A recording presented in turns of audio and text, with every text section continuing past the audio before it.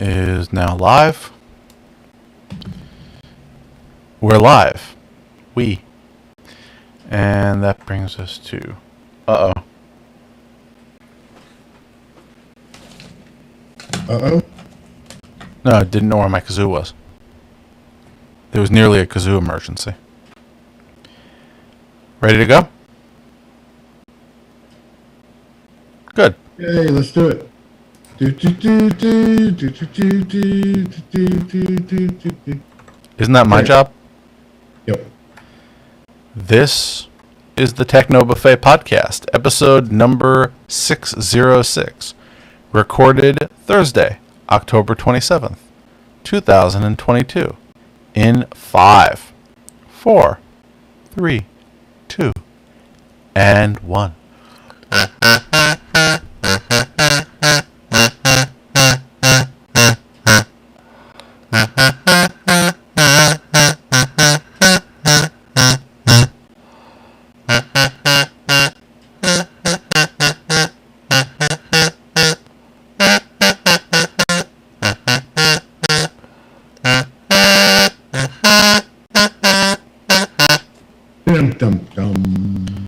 Welcome to another exciting episode of the Techno Buffet podcast. We took last week off. I did. Because you were where? I was in New York City. And you were where? Florida. Holy flipperoos. Yeah, so I was on a flight last Thursday and I came back on Monday night. I went to see my uncle, who I have not seen in a few years. So I went to see some people I had never seen before. Did you enjoy seeing them? I don't know if any of them listen to this, so we'll go with yes, it was lovely. Well, you know how it is. Sometimes it is nice to experience a new thing, get out, experience a new city, and you've now been to Manhattan more recently than I have. And I have now seen the Ghostbusters Hook and Ladder 8 Firehouse. I've been there, probably not in over 5 years, but I've been there. I loved it. I thought it was amazing and awesome, and I had chills and goosebumps. And that was my highlight of the entire trip. But not LaGuardia? I don't know. LaGuardia wasn't bad. Yeah, now. I guess they're doing some construction over on Delta's terminal. So yeah. I had to walk from, as you come in, I had to walk all the way to gate 90, and then I could backtrack to get to gates, 80s. It was quite the trek, but other than that, as I said, because of the constrained space, there's a lot of that lately. Oh yeah, and when we did land at LaGuardia on my way up there, we landed at LaGuardia and we spent 40 minutes on the tarmac. Oh, you only spent 40? It was an hour and 20 for me. The guys, the pilot's like, hey, so we're stuck in a traffic jam, but the good news is we're at the very front of the line, so it shouldn't be that bad. And we were still there for 40 minutes. It was crazy. I don't usually get, I got in at 11 at night coming back, and I was still there for an hour and 20 minutes because they couldn't find an open gate. Crazy. Yeah, well, that's not typical. Admittedly, ground delays are common at airports, but rarely, especially with a brand new terminal, have I heard that they ran out of gate space. Sort of weird. From what I gathered, the plane that was supposed to vacate the gate was delayed. And because it was late at night, a lot of planes park overnight. Yeah. So apparently a lot of planes were parked at various gates, and they weren't going to turn on a plane and move it out for us to go in, so apparently we just got to wait for an hour. Yay. But anyway, as I said, I went down, came back, installed some Zigbee equipment in Florida. So I have now converted 2 out of 3 locations from a ZHA and Home Assistant to Zigbee to MQTT.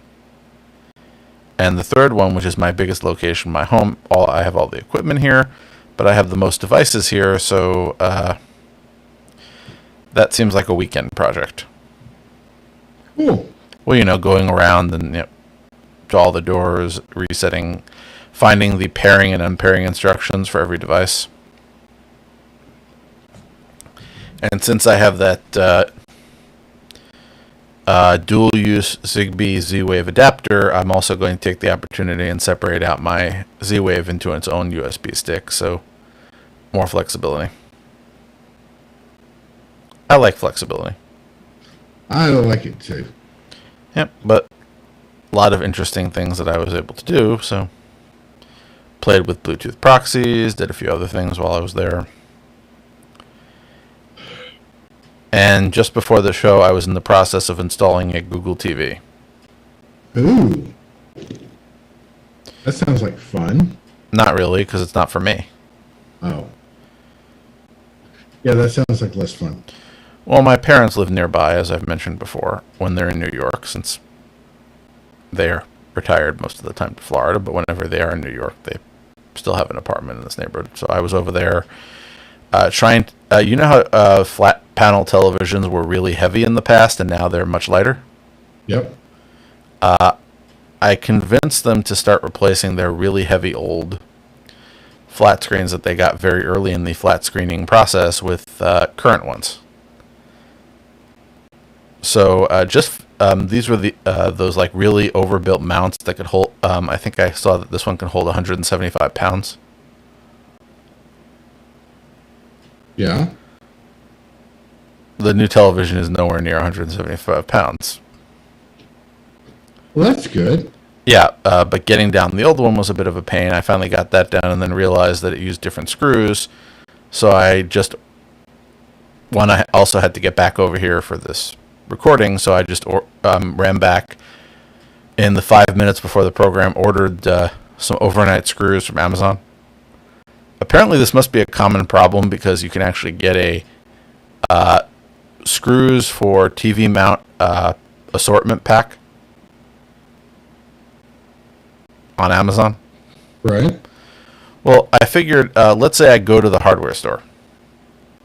Now, I don't want to go to the, I don't have a thing against Home Depot or Lowe's, the big ones, but I don't want to go all the way over there because they're not close. The nearest hardware store is a neighborhood one. What's the likelihood they have metric screws? Seems unlikely. I figured What? You think so? I've been in there. They have like the basics, but they're not necessarily fully stocked. Okay. They don't seem like a metric screw type place. So I figured, okay, I'll spend the extra $2 and get the pack. Also, I probably would have paid a lot for screws at that place because the local stores, again, when you're buying individual items, will be more than if you buy a pack. So it'll come tomorrow. I'll have some extra screws. You never know when you might need them. That's true. And hopefully I can get it onto the mount installed and configured.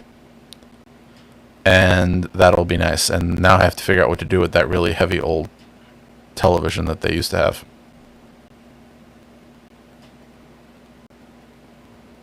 Know anybody who wants an old 43 inch, I think? Like CRT? Oh no, it's a flat screen, but it's the earlier generation where it was, again, really heavy. Nope. Yeah. Well, I also can't put it out on the street. The city forbids that. Crazy. I once, when I tried to get rid of all the CRTs, the city started forbidding electronics. I had to wait for they have like I think it's a monthly or a quarterly event where the sanitation department will set up a staging area to take items they won't take normally. Right. And imagine waiting, in a line that seems like a mile long to go into the local park where they've set up their staging area. So you're waiting online and burning large amounts of gas so that they can environmentally, in a environmentally friendly manner, take the things that they normally won't take from you. Is the government running this? It's a government. The City of New York's sanitation department is a government entity. You're not going to tell me you're against sanitation. No, it would appear that anytime you get government involved, Yeah. means lose efficiency. Well, the thing is, I'll give you two different scenarios. So, in a different situation, in other places I've talked to, that even in the city of New York, if you live in an apartment building of more than I think 9 units, you can actually make arrangements for them to pick up these things. So essentially, since I do not live in a 9 unit residence, I cannot do that. Now, I can't take it to a sanitation facility and have them accept it at any time. I, again, have to wait for a authorized recycle event, which doesn't happen often, and apparently should happen more often, considering the lines I saw at the times I've shown up at those things. With the CRTs, I couldn't go to a Best Buy, but I think Best Buy will take TVs for recycling. I think it's like the rules they used to have for automotive batteries, where you had to, if you sold them, you had to take the old ones for recycling. Yep. So, although admittedly batteries are with acid in them are probably a little more dangerous than an old TV, but still. I don't know. They've got some big old capacitors in there. Now, the one that worked Okay, out... the old CRT ones do. Yeah. Huge capacitors. Well, I remember for years, whenever my uncle wanted to buy new technology, he'd ask me to come and visit him. That wasn't the only reason, but he'd try to do that when I was around because I could give him knowledgeable advice. Yeah. So I helped him bring in his television some years ago, and then he decided to upgrade. And then I helped him while I was there. After I helped him put the upgrade and configure all of the new settings, I talked him into a nice TCL the last time he bought. I helped him take the television to the local recycling center where he lives in the DC area, where you essentially would just go there. There was sort of a fee for getting rid of certain items, a nominal one. But essentially you would go there. They were open, I think it was rotating weekdays and rotating weekends. And you would just go, they'd help you take the stuff out of your car, they'd take it away from you, you'd leave. I wish New York had that. Because I live only about 5 minutes from a New York City sanitation depot. Yeah. Drive, not walk. Walk, it would be noisy there. But anyway, the point is, it would be very convenient if I could go there and give them my junk if they didn't want to come and get it. But no. I've done that for tires, because they will take tires there. But although I haven't checked recently. So, if anybody has any thoughts on TV recycling, or what do you do? It's one thing if it was like a small TV, like a 32-inch or something that you probably could find a use for. Yep. But anything above 40... and the old heavy ones, what are you going to really do with it? But for us, it goes in a guest bedroom. The guest bedroom has a television proportional to the size of the guest bedroom.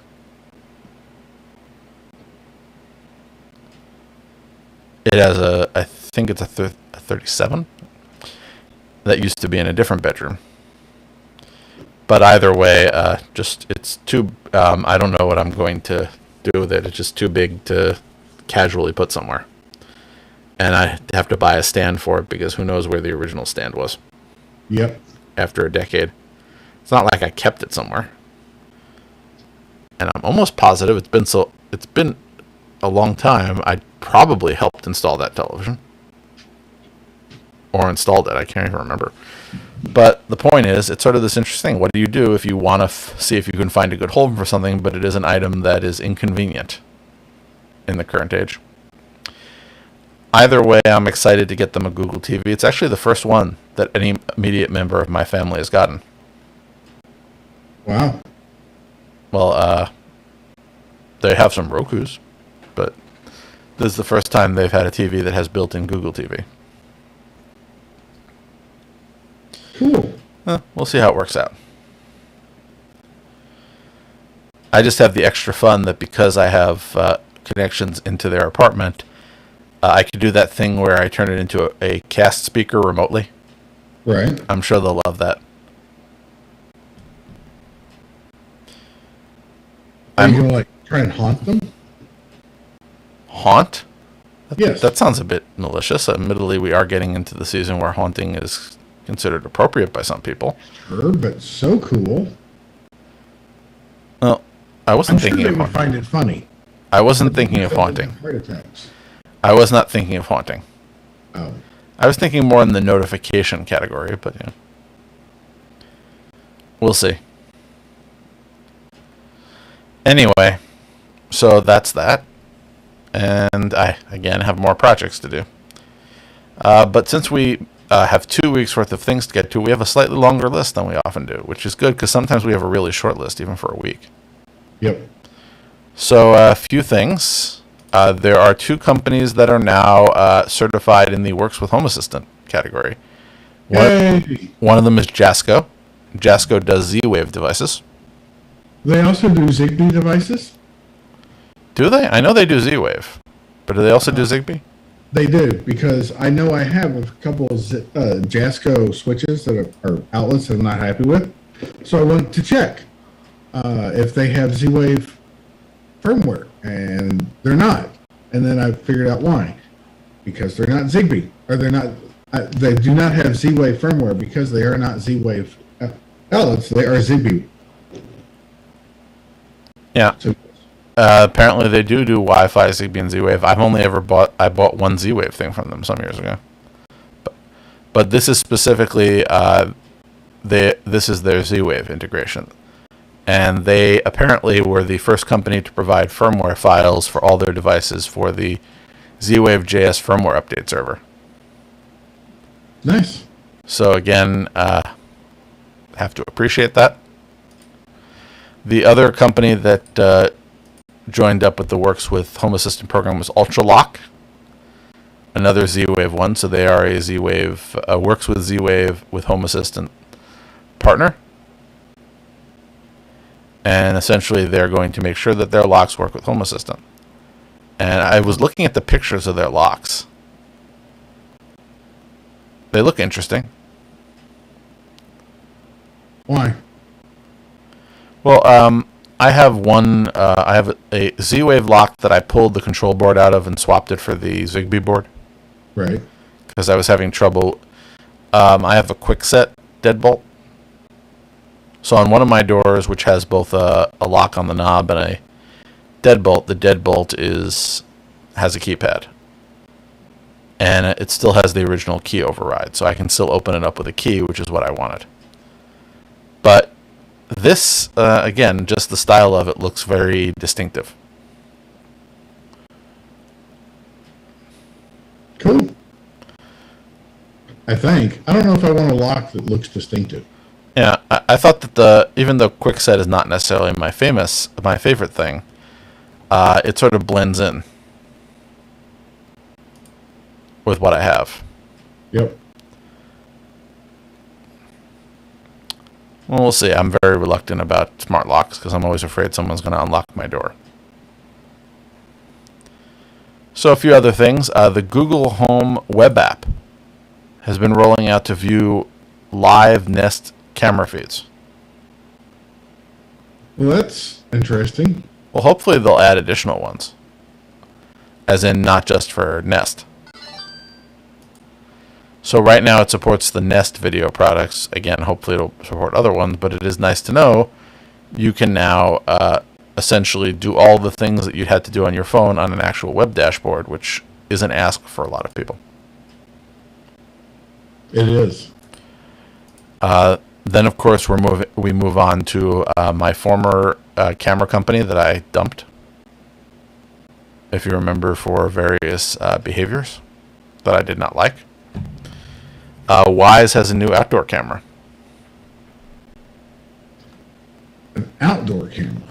Well, they're getting busy lately. So they have a new outdoor camera. They are partnering with Roku for Roku branded Wise products. And of course, new versions of their camera. Well, excellent. Why not? Yeah. As I said, I don't have a problem with Wise and their method of development. My issue with them, other than that whole security thing, which was sort of the last straw for me, was that they don't deliver as promised on the software side, in my opinion. True, but they do create competition, and competition is. Yeah, I just decided that even though Eufy isn't perfect either, I decided that it was much more stable for what I wanted. And I could have gone with something that had even more local control and fewer cloud features. But I can stream the video. The cameras generally work. I don't have to pay a subscription because I can store everything on the camera with a card, so it's fine for what it is. Moving on, if you are a Gmail user, apparently they are getting merge fields. So you can now send things like dear first name. But you can already do that. I get emails like that all the time where it says dear first name. Yeah, but what I'm saying is there'll be a bunch of tags that you can put into an email and do some minor mail merging in Gmail. Interesting. So you have to start it with an @ sign and first name, last name, full name, and email. All right. Yeah. Well, again, if you have a few of them. This isn't necessarily as powerful as an old school mail merge, but again, the idea is you can do some essentially sending a bunch of information without you having to send 30 emails with unique greetings. If you are a Firefox user, in this case Firefox for Android, apparently the new beta will let you finally install any browser add-on.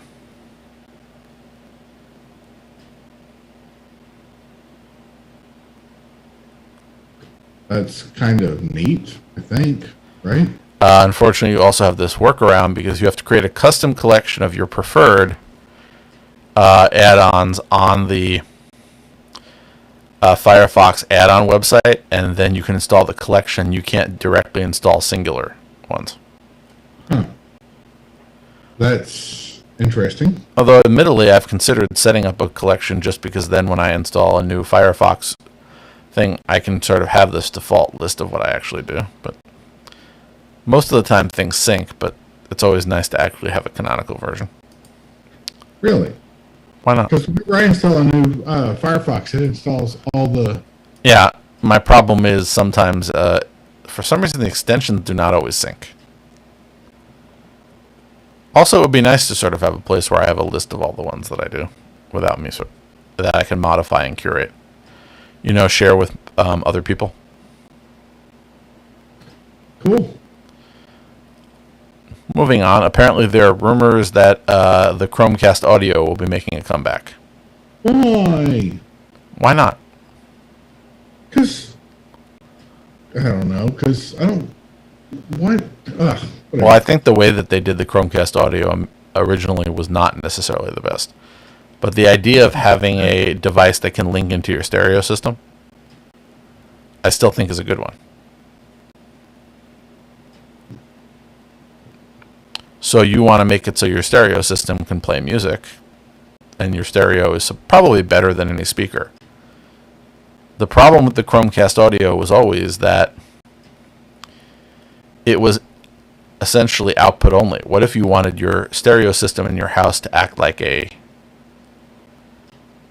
full audio assistant, where you could tell it to play music, it would play to there, but it would also respond to commands.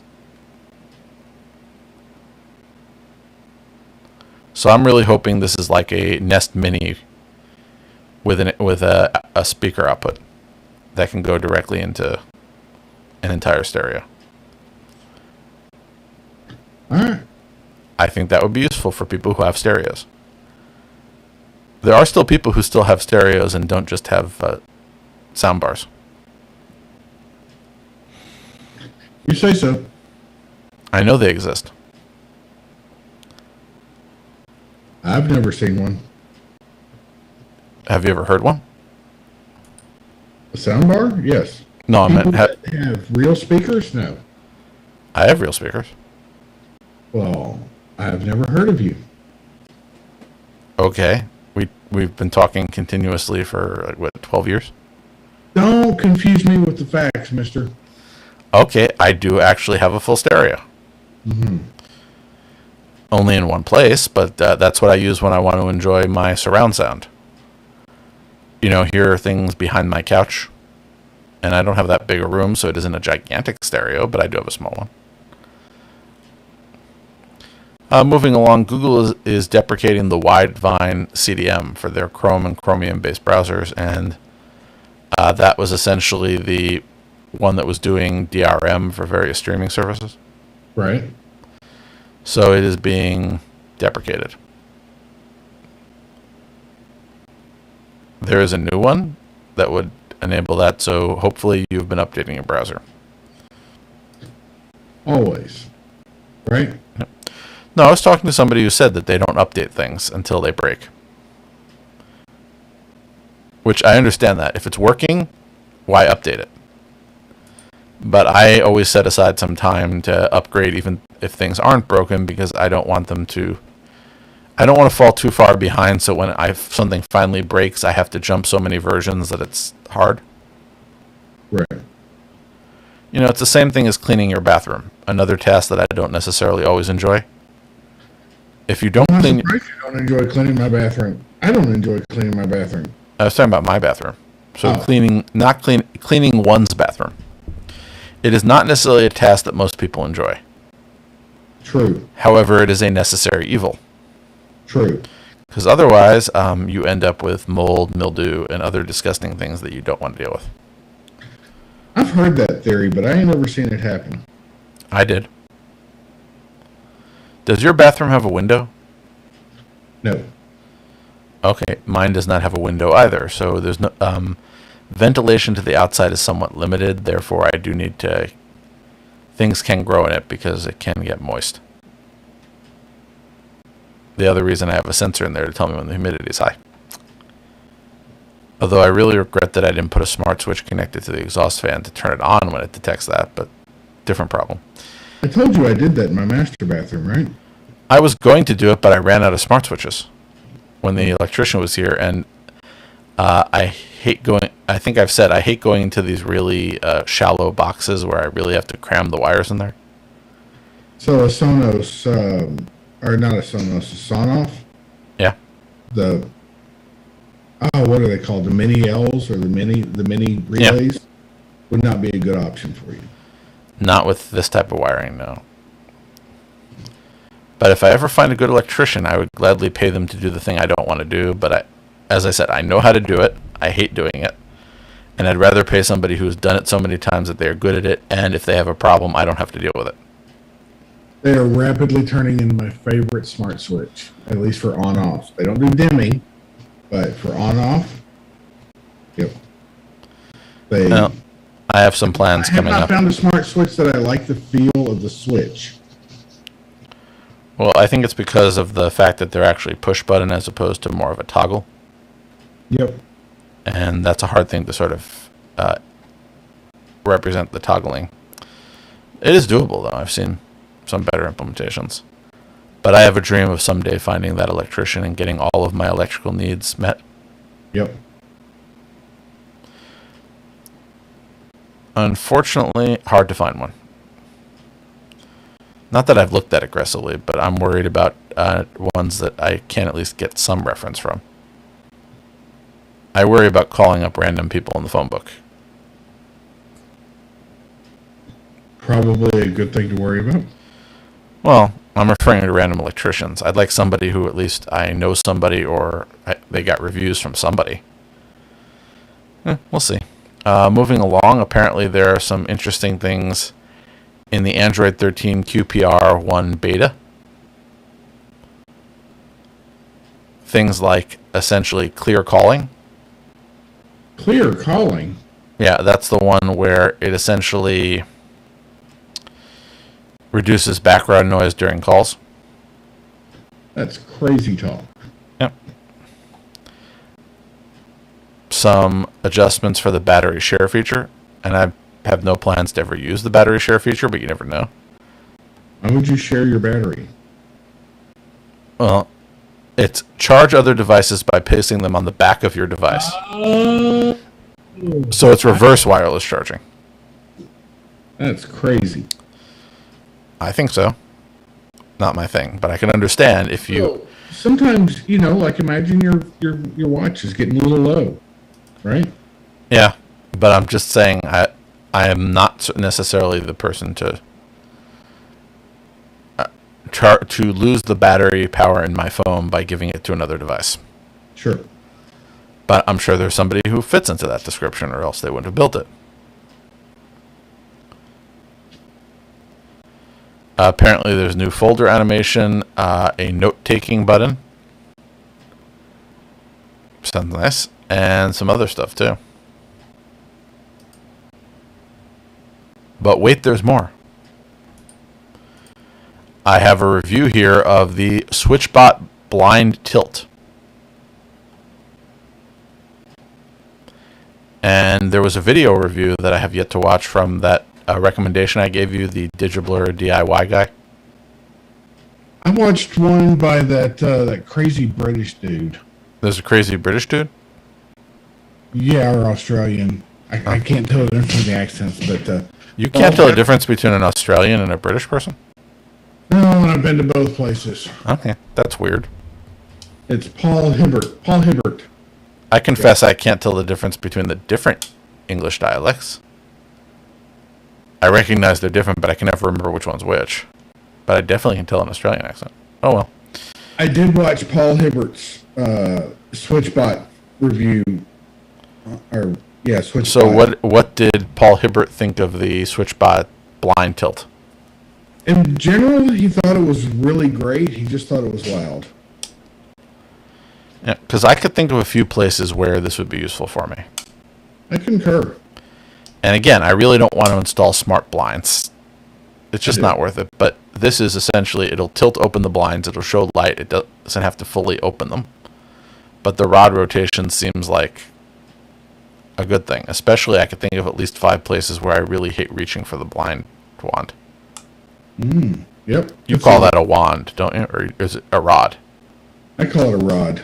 Okay, I always said, I don't know why, but I always said wand. Either way, I'm tempted. Admittedly, I think it's still in Kickstarter phase, and while I'm not against buying things on Kickstarter, I had a bad experience when I did that with SwitchBot before, to the point at which I thought I'd never get the item, if you remember. Yep. So I think I will just bite the bullet and wait until you can actually buy it. Not that I didn't... Not a bad idea. Well, the thing is, when it came to the Kickstarter thing, and I asked them, what's going on, they didn't answer me. So it had nothing to do with the fact that I thought they were cheating me. It's, where are you guys?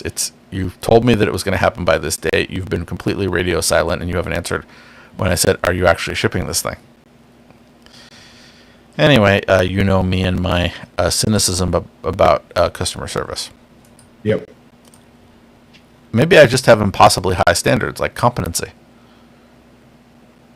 Oh well. Apparently, You're crazy now. yeah. Apparently, Google Messages has a new icon and new features.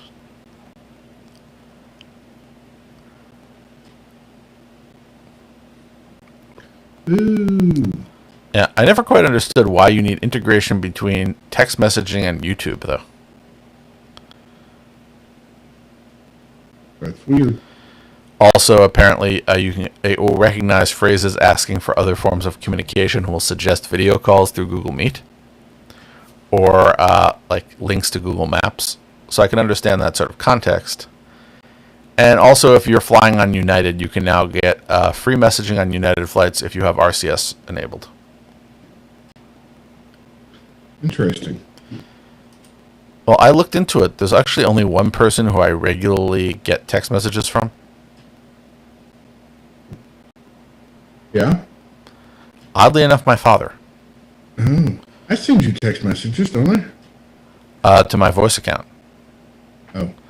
But my phone only gets text messages most of the time from, there's like the occasional like automated text message from my father, because every other member of my family switched to a messaging service.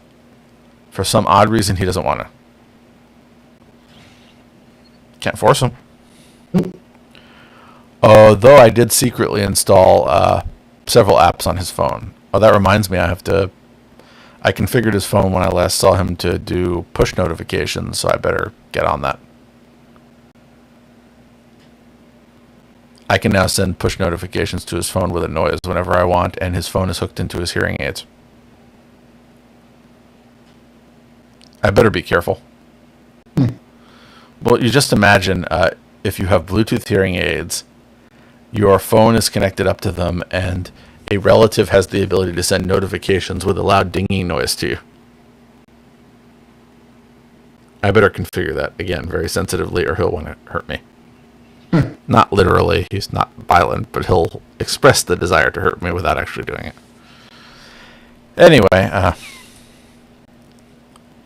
put in more sensors. Always more sensors. That's why I was installing Zigbee in my parents' apartment in Florida. I gave them a door sensor.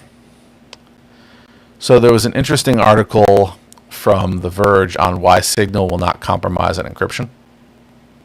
So this is not necessarily the traditional type of thing that I cite, and I'm not going to read it, but I thought it made for interesting reading for anybody who wanted to. As in, I'm not going to read it on this program. Not that I did not read it previously. But I thought the bottom line is that Signal is taking very seriously. They only collect the information they need to provide a service. They don't want to collect anymore. It's kind of Signal's kind of an oddity in the world, as I see it, in that they're not making any money off of advertising to you. Well, they're a nonprofit, aren't they? Well, they're a nonprofit because they don't make any profit. No, I meant they're intentionally a nonprofit. I did not know that, but as far as I know, it's an open source product that I thought was technically a nonprofit. Now, admittedly, not enough people who I need to communicate with use Signal, but I do have it installed if I ever need it. It's kind of amazing. It's one of the few places where you're not paying for the service and you're not the product. It's really kind of weird. But I mean, so the interview was with Meredith Whitaker, the president of Signal, and I thought she did an excellent job of representing herself and her company. That's why it makes me wish that I use Signal more often than I do. As I said, that's why I thought it was an interesting thing to cite, even though I don't want to sort of read it verbatim to everyone. I think people would find it interesting. And as I said, I would use Signal more if the people I wanted to talk to were on there. That's sort of the problem. It's, the old quote that's attributed to Willie Sutton? And I may be misquoting it. But the individual in question was a noted bank robber, and he allegedly, although it's been proven he didn't actually say it, but it is attributed to him that he said that the reason why he robs banks are that's where the money is. Yep. You've heard that. Again, I have heard that. I did not know it was associated with anyone. But it was, and again, it's most famously attributed to somebody who didn't actually say it. But it's sort of the same thing. If you like a certain piece of software and for communications and other people do not use it, then how can you be there? You're going to not be talking to the people you want to talk to. If you decide to be a purist and say, I'm only going to talk to you on this service, then you won't be talking to those people. So I've sort of gone with here's my preference. However, I will order my communications tools in the order that I want them. However, it still has to be the combination of the tool I'm on and the tool you're on. Otherwise, what's the point? That's why I like Pigeon, because then I don't have to care what service it's on, because it just links them all together in one single interface.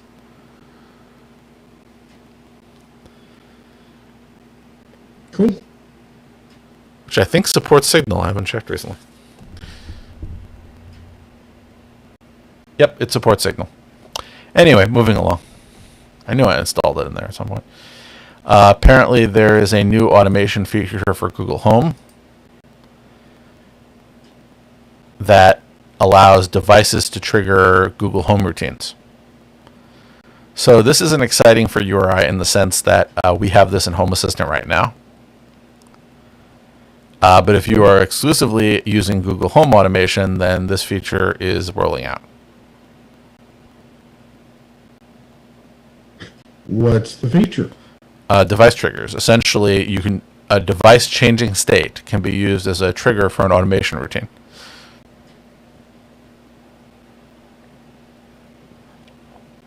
I do that already. That's why I said Home Assistant has done this for a while. Well, yeah. I'm not saying everybody should use Home Assistant. I'm a fan of it. I know you enjoy it. But I'm saying a similar feature, which is definitely useful, appears to be joining Google Home. So Cool. Apparently USB 4 version 2.0 is official. With 80 gigabits per second. I mean, that's 10 gigabit. I haven't even gotten everything to Type C yet. I just Ethernet doesn't even move that fast. Well, I learned today. Do you remember when I mentioned that my employer issued us new laptops after several years? Yes. The docks finally showed up. USB-A? USB-C docks. Oh, cool. So I was hooking everything up with a USB-C hub that I happened to have around the house. But in the office, everybody who had dual monitors before the upgrade was not able to use them because the docks hadn't shown up. So I was in the office yesterday. I went back and all the temporary cabling I brought from home and wired my desk myself. Shows you how many resources we have behind IT. Were removed from the desk and replaced with a box. And then they gave me a second one to take home. So I discovered one thing that I did not know that this laptop was capable of doing, because my own personal laptop is not a USB-C powered device. Since this ThinkPad is USB-C powered, I didn't realize that I could power the hub using USB-C and then have the hub power the ThinkPad. I knew that was possible, but the first time I tried it, it didn't work. But apparently with their USB-C hub, it does. Cool. Except it only had one HDMI port, which is what all my monitors use. So I did have to get a DisplayPort to HDMI adapter. All of my old ones were passive, and this new thing's active. It was either that or let them issue me monitors, and why do I want more monitors around the house? I like monitors. Well, no, I'm saying I have my own monitors, and I have a KVM switch. So my monitors are better than what they give me. Why do I want two monitors that are only used for work purposes when I can just flick a button and switch my desk from one mode to the other? True that. Well, I can't think of a circumstance where my personal computer and my work computer should be displayed at the same time, because if I am working, I'm trying to be all in on that. Anyway, moving along. Apparently USB 4 2.0 also incorporates DisplayPort 2.1. And new versions of Type-C power delivery certifications. I just want to know, what is being delivered over USB that needs 240 watts? Powering laptops and the monitors that are plugged into them. Monitors didn't occur to me. Laptops, do you know of a laptop that does 240 watts? That's a pretty beefy laptop. I know of one that uses 190. That's pretty big for a laptop, but anyway. Yep. And what really sucks is that the charger that they send you with it only provides 100 watts. So the charger running it off of plugged into the wall doesn't actually mean you can run it forever. That's weird. It's hilarious. Definitely weird. Although the one thing, as I said, that I wish my own laptop had was USB-C, because I'm really getting to like sort of the USB-C single plug ecosystem. But now they're up to USB 4 specifications, and I still haven't gotten everything to USB-C yet. So I feel like they're iterating on the standards faster than we can get to the next generation. Which is... Well, you don't expect them to be slow because the rest of the world is slow, do you? No. I just wish the rest of the world would catch up. Moving on, Firefox 106 is out, which introduces Firefox. Well, it introduces Firefox View. It can display up to 25 recently closed tabs. on your desktop and the last 3 active tabs on your mobile device, and it's accessed via a icon in the top left corner of your browser.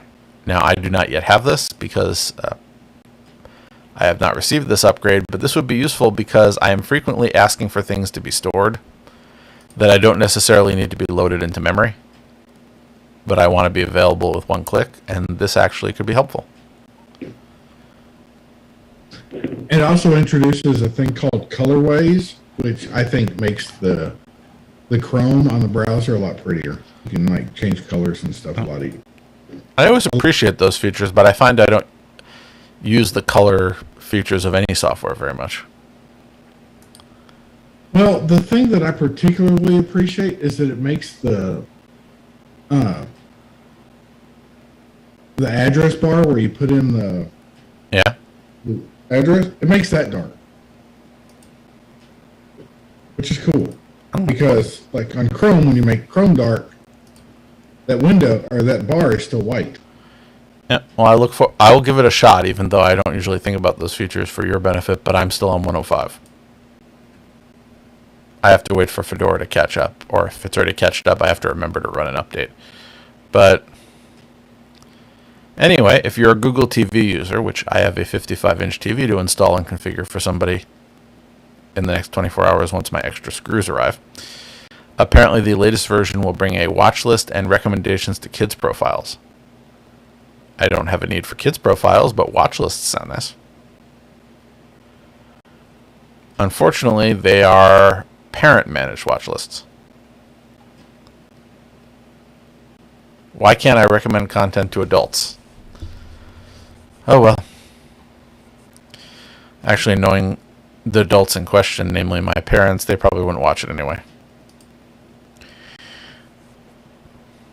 It's been 15 years since I bought that box set to watch with my mother, and she still hasn't gotten around to it. But I will not say what the box set was of. Apparently there is an IoT security labeling effort that the White House is involved in. So as I understand this is kind of like the nutritional label, but for IoT devices. Yeah, so essentially there's Carnegie Mellon created a sample label. So not one that's necessarily going to be the final one, but it was trying to show what this would look like. And Ars Technica, who wrote the article that I added in the show notes, had this example where there's a security mechanism thing, where it says security updates are available until what year, what type of passwords are involved, what type of sensors are involved, whether or not there's data stored on the device, data stored in the cloud, data shared with third parties, a link to the privacy policy, and a more detailed security and privacy label linked with a QR code on the device.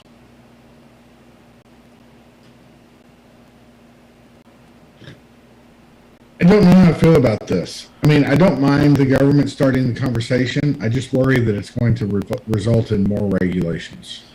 Well, for me, I'm going to address this on a few levels based on this label proposal.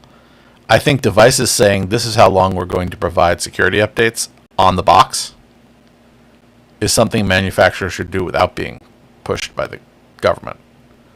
But it seems like what they're essentially doing is they're putting together a working group on this. So on one level, I don't know if this is going to be a requirement later on, but I sort of like it when the government gets together and says, we think this is an important thing. We want to get people together and encourage it, not necessarily mandate it. Now, they could end up mandating it. But right. I think even... Like I said, I said I didn't have a problem with the government starting the conversation. Yeah. That's what I'm saying. I'm happy about that, and as a consumer, I like the idea that I would be able to open up or take a device off the shelf in a store, look at the back and say that this thing is going to be maintained for at least the next 3 years. As an example. And here's a link to where you can get more information. That seems like a reasonable thing to put on a box. Admittedly, looking at the size of this label, it is a bit big for a box. So I wouldn't have a problem with it being smaller and more information being in the QR code, wherever that link goes. But definitely security updates and other basic information should be something you squeeze on there.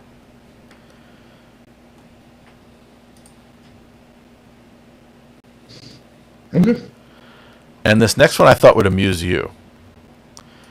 Cherry's new mechanical switch is based off of an 11-year-old forum post. There's also an Ars Technica article that just amused me and I thought would amuse you, which is apparently Cherry, who makes the most notable mechanical switches. Yep. Announced their new Ergo Clear switch, which is a between the brown and the clear switch.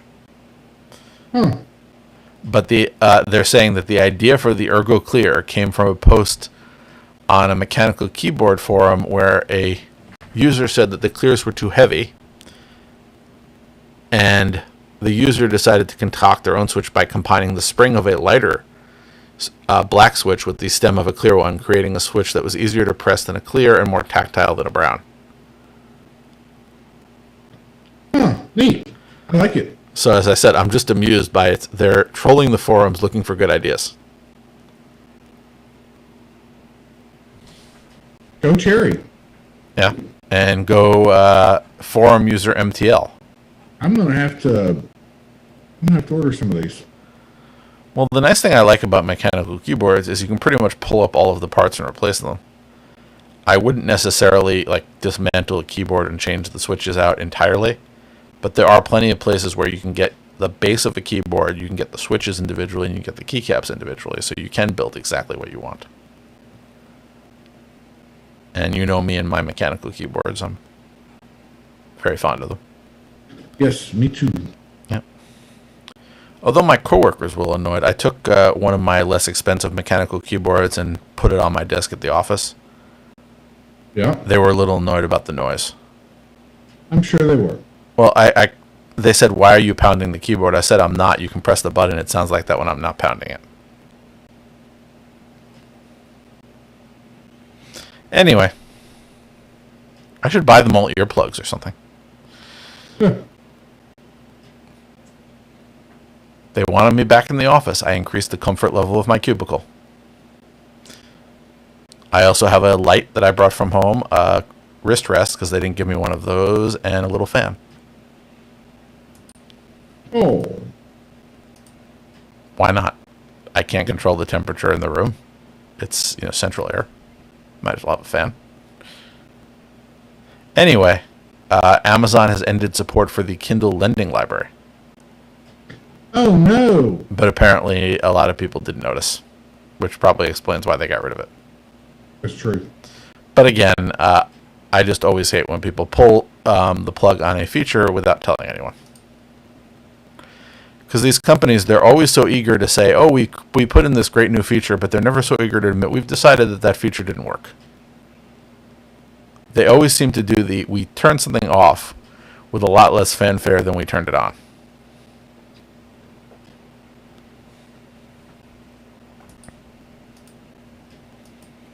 If you use Chrome on an Android tablet, they are trying to improve the experience. And this is part of their overall effort to improve the tablet experience overall on Android. So again, if you want to have a look at the article, they have a lot of animated visuals about all of these improvements that they've made to find the tab you're looking for, add a visual grid, drag and drop, etc.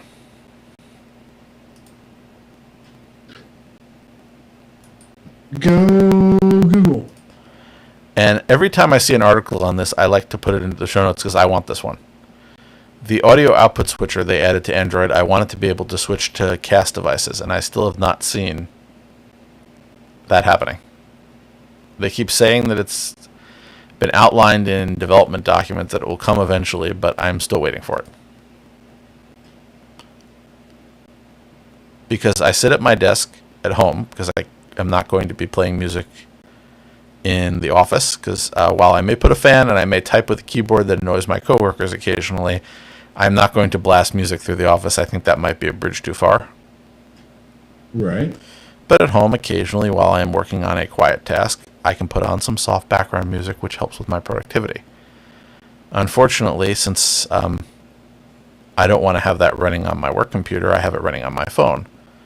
and the speaker in my phone is not necessarily the best, and I would like a seamless way to send it over to other speakers in the room. Like a cast audio? Yes. But what I'm saying is I want that in the audio switcher.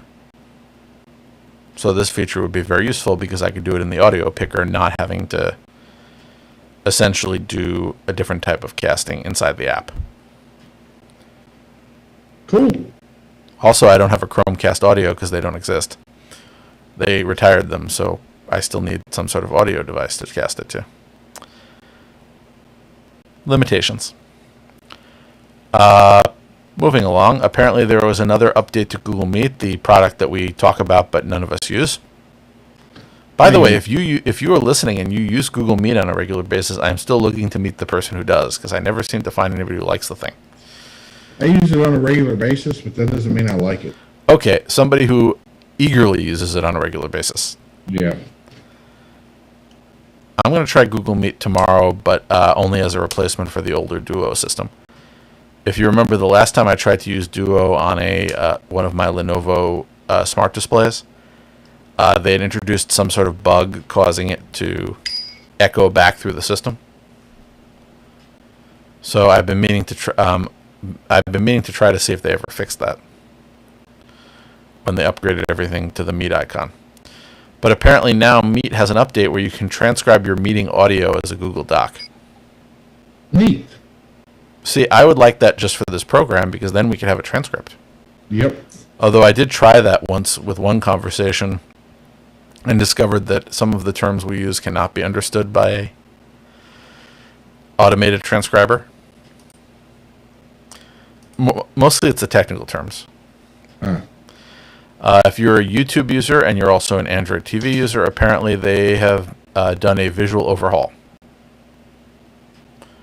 So this is the 3.0 release, and they have essentially added a few UI features. So titles don't appear in the upper left-hand corner. They are now in a rounded-off box with the uploader's name, view count, and aligned with the progress bar. The video recommendations are dimmed below the progress bar when you're seeking through the video, and a few other modifications. Wonder when it's coming to Roku. I know what you use. I do. Yeah. There's an update to Google Clock, because I just love talking about Google Clock. It is, of course, the alarm app and clock app on Android, which now has alarm pausing and a more obvious multi-timer UI. Yay! Well, you know, my two favorite apps to report on are the clock app and the calculator app, just because. Cool. Okay, so It's nice to see that. I mean, there's a team that works on the clock app and the calculator app, and you know they work hard, but nobody ever gives them any love. I give them plenty of love. Except you. And I'm sure they appreciate you for it. I hope I so, appreciate you for them. because I love love. Right? Yes. Okay. Anyway, moving along, Third Reality has joined the Works with Home Assistant program over Zigbee. Oh, who? Third Reality. They make they make switches, motion sensors, door sensors, water leak sensors, plugs, blinds, and buttons. Cool. So I ordered one of their remotes. They have a Zigbee remote. Unfortunately, I ordered it while I was in Florida, and it got delayed by 3 days, so I didn't get to play with it before I left. But again, things happen. Maybe next time. I would have ordered it here, but I already have buttons here. I'm button rich. Well, aren't you special? Yep. So, a few other things. I recently shared an article about this from a third party, but I had not last time shared the automatic privacy protection explanation that Google itself did to explain their essentially the VCN situation. So I had the technical third-party article. This is the first-party, possibly simpler explanation. Okay. So that's a thing where they've essentially created what they call a VCN, which is a virtual carrier network, which is like a VPN for mobile connections or for MVNOs.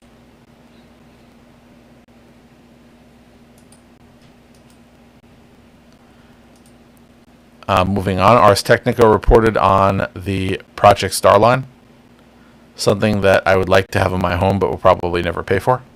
I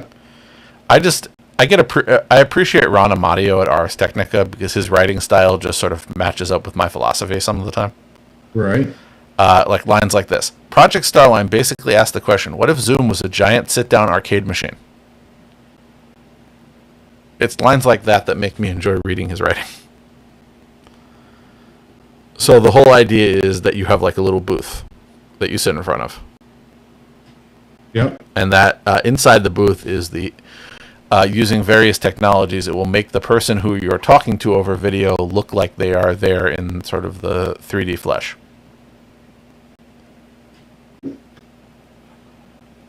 I wonder how good the backgrounds are. Well, you can look at the thing. It's they have a technical thing here. The backgrounds as you see in this are all, like that flat background. They're not. Yeah, but like, I assume there's more. That's because they're standing inside one of these similar machines. If you look at what it looks like from both sides, but if you look at the hardware specs here, so I can do this with a camera. Cheap, but in order to achieve this in their experiment, they have a 65-inch panel, and it's an 8K panel that essentially is lenticular, so it generates a 3D view of a life-size avatar. It requires essentially data, so you need a Xeon workstation with 4 NVIDIA GPUs. Jesus. In order to, essentially, this is all so that you can make eye contact with somebody over a webcam. There's a little more to that, but I'm saying it's very cool, but for the price that they're charging for the thing, I don't know who would have that many of these. Yeah, but I really think that it's stuff like this that it starts out super expensive and eventually works its way down to normal pricing. Yeah, I don't think necessarily it's go. I think they're going to have to do a little more. GPUs is really expensive right now, but a normal NVIDIA GPU normal price is now like $500. Yeah, I'm more saying that I think some of the technology they develop may be used on a smaller scale. I don't think anybody is going to have anything with 14 cameras and 16 projectors in their house. I don't know. But I think a scaled down version is the technology, I think, is what they're developing. For example, you have spatialized audio and beamforming to make the sound like it's coming out of the avatar's mouth. I think the ability to integrate this with, let's say, your home television may be more like what they're going to end up doing. That's creepy. Why? Why would you not want to have a conversation where you feel like the person's in the room and it's on the television that you already have there? I just think it's... cool. Okay. Right. So, is creepy digital license plates? We're still with Ars Technica. Of this. Well, it's sort of this thing. It's only one company makes e-ink license plates, and you have to pay $19.95 per month for your e-ink license plate. So why do I need one? Why? No, I understand why there's sort of this idea of making it easier to have digital license plates, but the question is, what is the advantage of a digital one over a non-digital one? I mean, stickers are really cheap. You have a sticker? Okay, so I have a metal one. Plate has a sticker on it that is... okay, the metal license plate never changes for me. Yeah, but you There's have a sticker on it that shows the last time I registered my vehicle. Oh, we don't have that. We have to stick it on the window.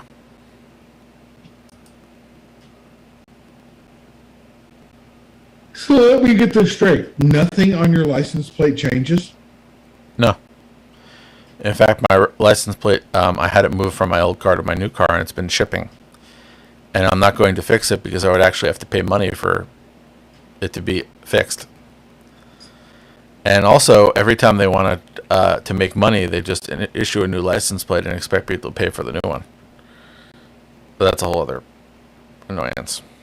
So I just do not understand the point of an e-ink license plate. I just don't understand what you get from it. Well, I sort of understand in the sense that you no longer have to go and screw something onto your car. You have to screw the e-ink license plate on it. Well, I think this is sort of proof of concept for when it's built into the car by the manufacturer. But I still don't understand, why do I have to pay? What is the advantage of me paying $20 a month for a smart license plate? What does that do for me? Here we are. It can display the license number. Can also switch to display other messages via smartphone app, such as the vehicle is stolen or Amber Alert information. Okay. So I could actually tell the guy that's tailgating me to get off my ass? That I do not know if that is an acceptable message. But we're back to, I honestly do not know what the advantage is. And again, I keep reading about this, and it's sort of, why do I want this thing? It's interesting. It looks nice, but I can't see myself paying for a smart device and a subscription fee for something that essentially does the same thing as a piece of metal. And nobody's explained how it does it better. Check this out. I am fully aware that I am not an excellent judge of, I don't want everything that exists. There are things out in the world that are for an audience that is not me. And I can understand that, and I can accept that. I don't understand what possible audience there could be for this. I think it had to, the only one I could think of might possibly be for automobiles that are frequently changed in terms of registration ownership, such as rental cars. But other than that, I can't think of anything. Rental cars keep the same license plate. Exactly. So why? At least we agree on this. Yeah. No. Can somebody tell me? I might be able to have my mind completely changed about this, so somebody can give me a good reason.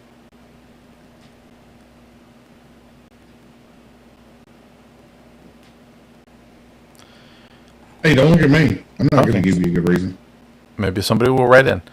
If you have tried out Firefox Relay, which is their service for privacy, they are expanding from their original email aliases to phone numbers. So their premium service has a phone number masking service. So you can generate a phone number to share and can be used for one-time confirmation texts. And for as part of your premium subscription, you get 50 minutes for incoming calls on your alias line and up to 75 text messages. I think I could do better than that price-wise, but I appreciate the thought. Yep. We move back to the smart home. Samsung and Google are working to take the frustration out of smart home device management. Otherwise known as they're going to partner to build upon multi-admin capabilities under the new Matter standard. Yay, another standard. No, it's a part of a standard that people have been very excited about, but I have not yet been able to experiment with. Okie dokie. Continuing with Pixel and Samsung, apparently The Verge for Cybersecurity Week decided to write an article about how to increase your personal safety with Pixel and Samsung devices. So these are those extra features that Samsung and Pixels have, where you can send emergency messages. You can essentially automatically call emergency services. You can track whether or not you're in a car crash. Although there was this interesting story I saw where people on roller coasters were triggering the car crash features of phones. Why? the phone thought it was in a car crash, so it called 911. Why did it think that? Because roller coasters go fast suddenly and then stop abruptly. Okay. You've never seen that? Yeah, it's not car crash rapid. What I'm saying is the sensors that are... They're overly sensitive. No, they're just mistaking one thing for another. Okay. Need some more AI time on the roller coasters. Well, you could also detect that you're at a theme park. But again, I just think it is an interesting thing. Anyway, back to the story. It's again safety features. I wish they were standard on all Android phones and built into the OS instead of... I don't know why of all the things that you would choose to be a Pixel or a Samsung exclusive, emergency contacts and safety features. Anyway, back to Signal. They're phasing out SMS support from their Android app. Imagine that will reduce their cost quite a bit. Well, they won't. I don't think so because they're acting as the app on the phone. They're not actually doing anything technology-wise. And they made a bunch of reasons why they did this. First of all, they thought it would make the app simpler. They didn't want to have two different types of messages, one which uses data and the other which is insecure and is billed by some people. Right. And they found that some people got billed because they were sending SMS messages when they thought they were sending Signal messages. So essentially, they've decided that they are not SMS plus a private messaging service app. They are just going to focus on being a private messaging app, which good for them because why would you need to be both? I do wish they were more successful against the likes of WhatsApp. Would you like to communicate with me on Signal? No. Okay. I'm not looking for another person just to... As I said, I'm everywhere. Yep. I have preferences, but I am everywhere. Moving along to one final story, back to Ron Amadio over at Ars Technica with his explanation of the passkey support in Chrome and Android. So passkey is the latest password replacement fad. Mm-hmm. So iOS has them, Google's launching them in Chrome and Android, and the whole idea is that they trade keys with a website directly. Yeah, but no. I don't want to only be able to log in with Chrome or only be able to log in on my Android or only be able to log in on my iOS device. Well, this is WebAuthn, so I assume there are other ways to do it. I assume you'd be able to do a third-party one. I haven't actually looked. What's LastPass doing with WebAuthn? Because you're still a LastPass user, aren't you? I am. Here we are. Will LastPass ever support WebAuthn? And I may be mispronouncing that because I rarely hear people say it out loud.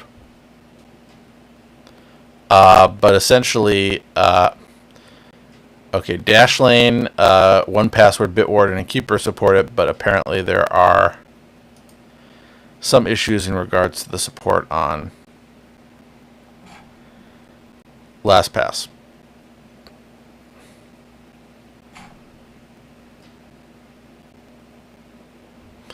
So, There you go. again, interesting. But since I'm not using it, I haven't necessarily rushed on.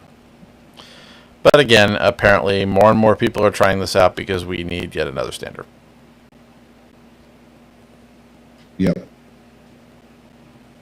But there may become a time when, the passwords day has gone. I can't remember any of mine, so I assume that day is today.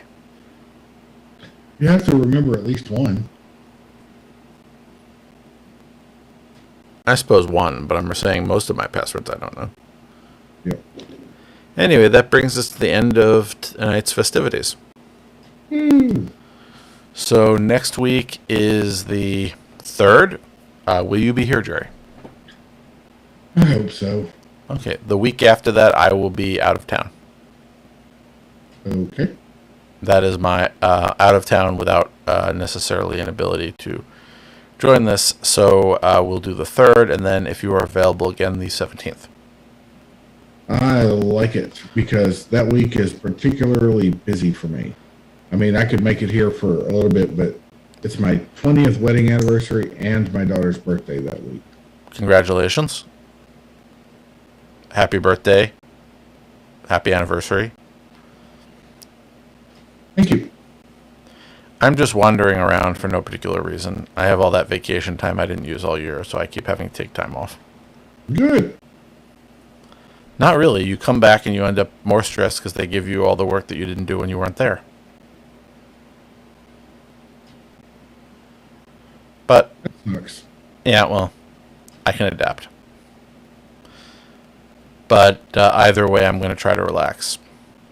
Good. I may not be successful, and I'm worried anytime that I go on a trip that I am going to get myself sick. And I'm not specifically talking about COVID, but I have this tendency to come back from any trip I take not feeling well. That happens. Well, I think it's the stress of you try to push yourself a little on vacation, you go to a strange place with strange experiences, and you come back. So my goal is to get to my destination and come back from wandering randomly around without too much wear and tear on my body. Good luck. Well, I have another week to plan it. I'm trying to be very flexible with my plans in case something happens.